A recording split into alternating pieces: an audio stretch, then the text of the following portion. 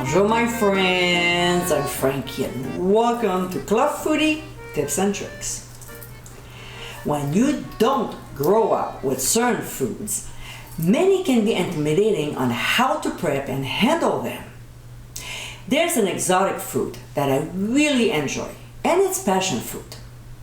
Some of you are probably not too sure what to do with them, so here's a quick tutorial. So my friends, let's get cooking. Here's some passion fruit. When you buy them, you want their skin to be wrinkly. The more wrinkled they are, the riper the fruit is. So we'll cut it in half and then we'll scoop out the seeds using a spoon.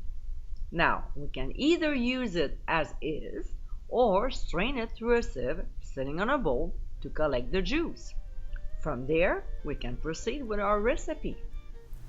As you saw in this video, they are pretty straightforward to handle, and now you can enjoy this amazing fruit like I do.